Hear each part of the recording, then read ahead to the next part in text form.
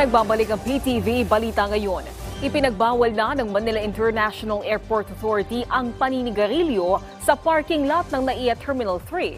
Ayon sa MIAA, kasunod na rin ito ng sumiklab na sunog na tumupok sa 19 na sasakyan noong Lunes. Ayon kay MIAA General Manager Eric Ines, pinatanggal na rin nito ang mga damo sa open parking area upang hindi na maulit ang nangyaring insidente. Samantala, inaprobahan din ni Ines ang mga paglalagay ng portable fire extinguishers at pagtatalaga ng security at safety personnel na magsasagawa ng regular na pagpapatrolya sa lugar.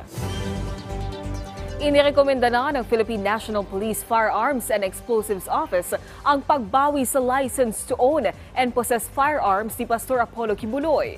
Ayon kay FEO Public Information Office Chief Major Lady Lou Gonzales, kasunod ito ng isinagawang deliberation ng Firearm Revocation and Restoration Board.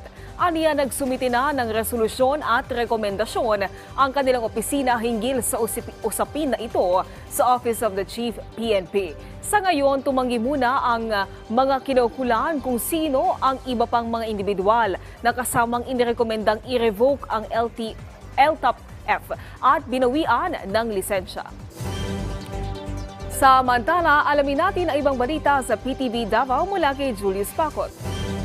Mayong adlaw, gipahigayon ang mangrove planting o coastal cleanup drive subay sa selebrasyon sa ika-73 nga anibersaryo sa Department of Social Welfare and Development kung DSWD 11 sa Bukana, Barangay 76-A, Davao City.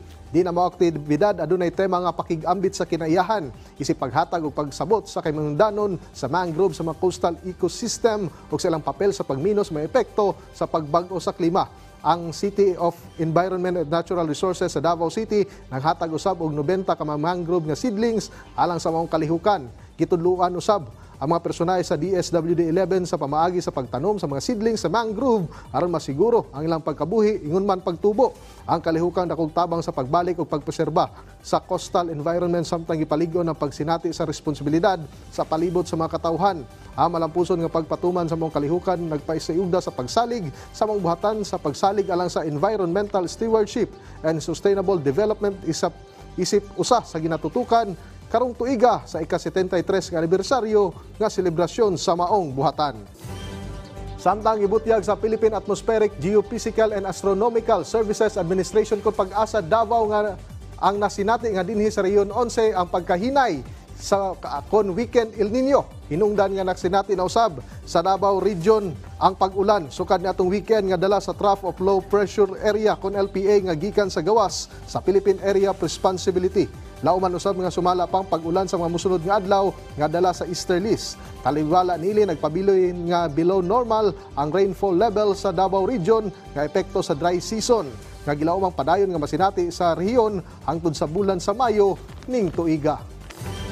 Expecta nga may mga pag-ulan-ulan na rin mangyayari for Davao Region and other parts of Mindanao because nag-weekend na nga itong El Nino and dry season mga until May. Ug mao kadtong mga nag-unang mga balita gikan dinhi sa PTV Davao ako si Julius Pacot. Mayong adlaw. Tagang salamat Julius Pacot.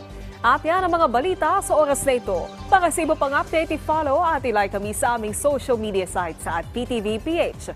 Ako po si Naomi Tiburcio para sa Pambansang TV sa Bagong Pilipinas.